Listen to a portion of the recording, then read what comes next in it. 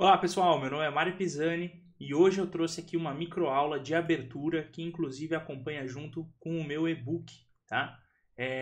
Nessa aula eu mostrei uma forma simples aí, como a gente opera na abertura.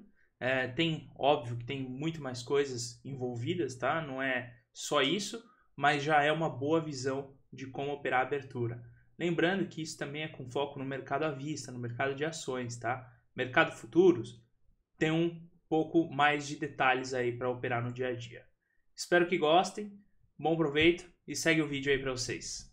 A gente vai começar hoje, eu vou trazer para vocês aí, alguns devem ter visto, tá? Eu fiz um e-book com os principais eventos aí que eu venho operando no dia a dia para o pessoal, tá? É um e-book gratuito e eu vou trazer ele aqui para vocês para a gente dar uma comentada junto, para vocês conhecerem, tá? E para quem gostar aí, o link para baixar esse e-book tá no meu Instagram, pode entrar lá e baixar, é bem bacana. Então eu vou colocar aqui e vamos começar aqui. Bom dia a todos. Vamos lá, pessoal. Então aqui tá o e-book. Vamos começar. Eu trouxe aqui bem detalhado os eventos principais, como é que a gente faz para operar na abertura. E acredito que isso ajuda bastante aí, principalmente para quem ainda não está familiarizado com os métodos, tá? Também ajuda para conhecer a linguagem aí que a gente vem utilizando no dia a dia, tá? Às vezes fica uma confusão, às vezes o pessoal entra, não sabe mais ou menos o que é um fabuloso 4, como é que está configurado uma zona de armadilha. Então aqui eu vou mostrar para vocês hoje agora, antes de o mercado abrir. E mais tarde a gente vai ter uma participação especial aí, que vai vir o Leandro aí bater um papo conosco, tá? Então vamos dar uma olhada aqui. Eu coloquei aqui os eventos mais relevantes, certo? Então a gente tem as barras, que são as barras de ignições. Geralmente, tá? Essas barras, elas têm que ter um contexto por trás. Não adianta só ter a barra, tem que ter um contexto, tá?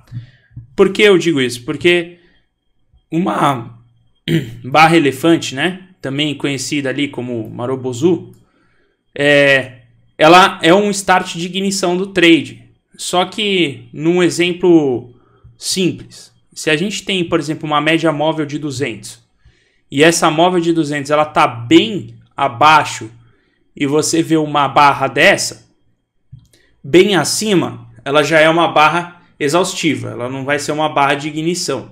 Então você tem esse contraste. Elas são barras de ignições quando a gente tem um mercado que ainda não está sobrecomprado ou sobrevendido. Então no caso de uma média móvel, está passando por aqui, e você tem uma barra dessa, ela é uma barra de ignição e não de exaustão. As barras neutras, né, que são barras geralmente que tem bastante sombra e o corpo é relativamente menor. Essas barras elas não ditam muito bem para a gente uma forte tendência. Essa é a barra que dita melhor. Ela é uma barra neutra e dessa barra você pode esperar que ela pode ser rompida ou pelo topo ou pelo fundo. Por que eu estou passando isso, tá? Porque a gente vai acompanhar aqui a abertura dos mercados e de praxe a gente sempre tenta pegar um trade logo na abertura, tá? E é bom a gente ter mais ou menos uma ideia de como essas barras agem, como por exemplo aqui na BABA, tá? No dia de ontem. A gente tem a abertura, ela é quase que uma barra bottom in tail, né? Ela acabou rompendo aqui para cima no instante de abertura, porém é um rompimento atrasado, né? A gente poderia falar que é um bottom in tail takeout.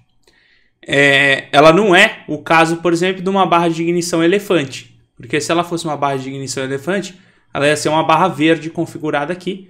E aí a saída de menor resistência para um trade como esse, que está abaixo da média móvel de 200, é a compra, certo? Então, por isso que eu venho passando isso. Aí, quanto às barras de reversões, tá? Não só barras de reversões, mas essas barras elas podem estar localizadas em pullback, por exemplo, tá? Então, a gente tem as barras de caudas de fundo, né? Conhecida ali como bottom in tail. E as barras de cauda de topo, conhecida como top in tail, tá? Em outros livros, como por exemplo, se você pegar um livro do Steve Nielsen, outros manuais aí de análise técnica, a gente vai ver que também como o enforcado, ou o martelo, né? O enforcado quando no topo e o martelo quando no fundo. E para o caso de barras de cauda de topo, a gente vai ver a estrela cadente e o martelo invertido. E eu coloquei essa observação, porque não importa a cor dessa barra, mas é claro que se a cor for na direção da cauda, ela tem um pouco mais de força, tá? Mas não importa a cor. O que a gente tem que saber dessa barra é que uma barra como uma Topping Tail, em algum momento, quando ela estava sendo formada, ela era uma barra verde, certo? Ou uma barra branca, uma barra de compra, certo? E no instante seguinte, ela se tornou uma barra vendedora. E aí, se você juntar isso aqui, certo? Você vai ter uma barra de cauda no fundo e o topo. Então, esse seria quando você está mesclando os candles, tá? E se a gente colocasse isso num grau de força, certo? A barra elefante, ela teria, por exemplo, um grau de força número 1, porque ela é uma única barra. E essa barra aqui de cauda, ela teria um grau de força número 2, por conta que em algum momento ela era uma barra verde e depois virou uma barra vermelha. Ou seja, para ela voltar todo o seu movimento e ficar essa cauda, ela teve muita força na ponta vendedora. Então ela tem mais força que a barra elefante. Então, por incrível que pareça, a barra elefante num grau de força, ela acaba sendo uma barra que tem menos força. A barra de cauda tem mais força que ela. E aí a gente vai seguindo agora, montando um cenário com várias barras, tá?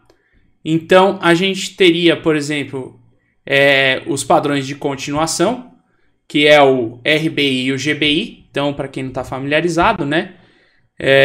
O RBI, que é a barra vermelha ignorada, e o GBI, que é a barra verde ignorada. Lembrando que essas barras, tá? Elas podem ter um pouco de corpo, mas elas podem também ser totalmente neutras, que é quando ela abre e fecha no mesmo preço, certo? Ou ela vai ter um pouquinho de sombra. Um bom RBI e um bom GBI, geralmente, eles estão localizados dentro da primeira barra, tá? Eu coloquei nesse formato, mas geralmente o melhor que tem é o que está localizado dentro. Deixa eu colocar aqui que vai ficar mais fácil. Se ele estiver localizado dentro da barra, sem passar por cima da máxima dessa barra e depois vir a outra, esse é a melhor combinação de RBI possível, tá? Então, padrões de continuação. E a gente tem as barras aí, que eu coloquei com rompimento contrário, né? Que é o Bull 180 e o Bear. Para efeito aqui de assimilação, onde você pega num livro aí mais clássico de análise técnica, ele vai estar bem parecido com o engolfo, tá? O engolfo, ele muitas vezes só vai ter a máxima lá, por exemplo, na barra vermelha, um pouco maior do que da barra anterior. Mas se você colocar, é praticamente tudo a mesma coisa, tudo parecido, tá? A única coisa é que inventam um monte de nome para ficar tudo confuso na nossa cabeça. E essa é a grande sacada quando o Oliver pegou essas barras e denominou esses nomes, porque ele meio que resumiu todo aquele montão de nome que a gente tem de candle em poucos eventos, o que fica fácil para a gente gravar, certo? Então, olhando aqui, por exemplo, nós temos o Bull 180, que nada mais é que ele precisa romper lá a última barra vermelha, tá? Numa única barra, é o Bull 180. Esse tipo de barra a gente tem duas entradas possíveis. A primeira entrada possível seria a superação dessa máxima, tá? Ou esperar fechar todo esse contexto. Você pode esperar fechar todo esse contexto e entrar numa terceira barra. Não estaria errado fazer isso, só é uma entrada atrasada. Lembra quando eu passei o checklist que a gente tem as entradas atrasadas, as antecipadas e as confirmadas? Uma entrada antecipada, no caso de um Bull 180, seria você estar entrando no ativo aqui. Você está vendo ele formar as barras, e aí de repente quando ele está ainda nessa localização, a barra verde, você já entra. Você está dando uma entrada antecipada. A entrada confirmada seria uma entrada aqui. E a entrada atrasada seria uma entrada aqui, certo? O mesmo para o Bear. O Bear ele só está ao contrário. E aí a gente tem o Red Bar Takeout e o Green Bar Takeout, tá? Que nada mais é do que ele está rompendo aqui pelo seu outro tombo, só que ele está atrasado. Ele está atrasado em uma barra. E o Green Bar Takeout é a mesma coisa. Ele está atrasado em uma barra, tá? A gente pode ver ali, tá vendo? Eu coloquei aqui Arame, o Piercing Line, depende do como você está vendo nos livros, ele vai vir lá um nome, vai vir outro nome, às vezes vem um negócio até meio que confuso. Então, resume aí, Green Bar Takeout, Red Bar Takeout, tá? A única coisa, lembra lá do grau de força? A gente tem o grau de força da barra elefante, o grau de força das barras de cauda, grau de força do Bull 180 e grau de força do Red Bar Takeout. Então, como eu havia dito aqui, é o grau de força 1, esse é o grau de força 1, ele é o que tem a menor força. Esse daqui é o grau de força 2, ele já tem mais força do que a barra elefante, tá? Quando você estiver olhando no gráfico. Esse daqui é o grau de força 3, ele tem mais força que os outros dois. E esse daqui é o grau de força 4, tá? Então você alinhando isso, você já tem uma ideia de qual é o evento mais forte que a gente pode ver num gráfico. E o evento mais forte que a gente pode ver num gráfico é o Red Bar Takeout e o Green Bar Takeout. Eles são os mais fortes, tá? E por que que eu passei tudo isso? Porque todo dia pela manhã, a primeira barra do dia, se ela tiver combinada num evento desse, mais um contexto, é a hora certa da gente entrar num trade de abertura. Esse tipo de cenário, tá? Fazendo lá 3 anos de mentoria junto com o Oliver e tal, ele é um cenário descrito para o mercado à vista, para o mercado de ações, tá? Não é um cenário descrito para o mercado futuro, até mesmo porque o mercado futuro americano não tem abertura regular. O mercado futuro americano já está aberto. Então não adianta a gente usar esse contexto que ele ensina lá, os setups dele, para operar mercado futuro. Não vai dar certo, tá? Não vai dar certo. Ele mesmo fala, se desse certo, você pode ter certeza que ele não ia estar operando a BABA, ele não ia estar operando o Facebook, ele ia estar operando o S&P. Até mesmo porque a alavancagem é muito mais atrativa do S&P e do Nasdaq do que do mercado de ações, correto?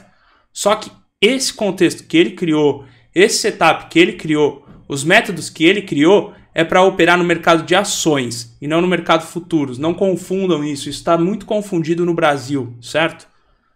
Então, venho passando isso para vocês. Eu fui a pessoa que mais fiquei com ele ao longo dos últimos anos. Não teve ninguém no Brasil que ficou mais com ele do que eu. Então eu sei do que eu estou falando. Você pode juntar os candles, tá? Essa é uma estratégia muito boa para você ter uma ideia mais ou menos do que está acontecendo, principalmente em padrões de pullback e pivô, certo? E aí você vai juntar todo o contexto, como eu passei. Aqui eu coloquei só exemplos de eventos, correto? E aí a gente vai juntar com as médias móveis. A média móvel utilizada é sempre a média móvel de 200 e a média móvel de 20, certo? E os gaps. Gap de alta, gap de baixa, para juntar todo o cenário, todo o contexto para pegar uma abertura. E com tudo feito, certo? A gente vai ter todos os dias aquele nosso trade logo na abertura. Então, quando a gente fala lá, o fabuloso 4. O fabuloso 4 nada mais é quando a gente tem um alinhamento de média móvel de 200, um alinhamento de média móvel de 20, tá? O gap e a primeira barra é uma barra de ignição, certo? Ela é uma barra de ignição, uma barra elefante logo na abertura. Então, é aqui que se já traz aqui aquele trade de abertura, onde você vai buscar a venda da primeira barra, o stop fica na ponta contrária, e aí você pode projetar um alvo 1 para 1, parcial, ou 3 empurradas, tá? Ou 0,30%, depende do como você vai estar trabalhando. Então, eu deixo o link aí do e-book, tá aqui, ó, para quem quiser baixar, tá aí, ó. Acabou de ser enviado aqui no chat do YouTube para vocês, ou no meu Instagram vocês também encontram aí esse e-book. Eu espero que esse e-book ajude, tá? Isso dá um bom brilho, mas lembra sempre, trade de abertura utilizando essas barras para o mercado de ações. Depois, primeiro movimento, trade da tarde, breakout, pivô, isso aí vai muito bem no mercado futuro. Agora, o trade de abertura, aquele trade da porrada de abertura, isso tem que ser em mercado de ações. O mercado futuro, a abertura dele é diferente, tá? Obrigado, pessoal, por assistir. Espero que tenham gostado e até a próxima com mais vídeos aí para vocês.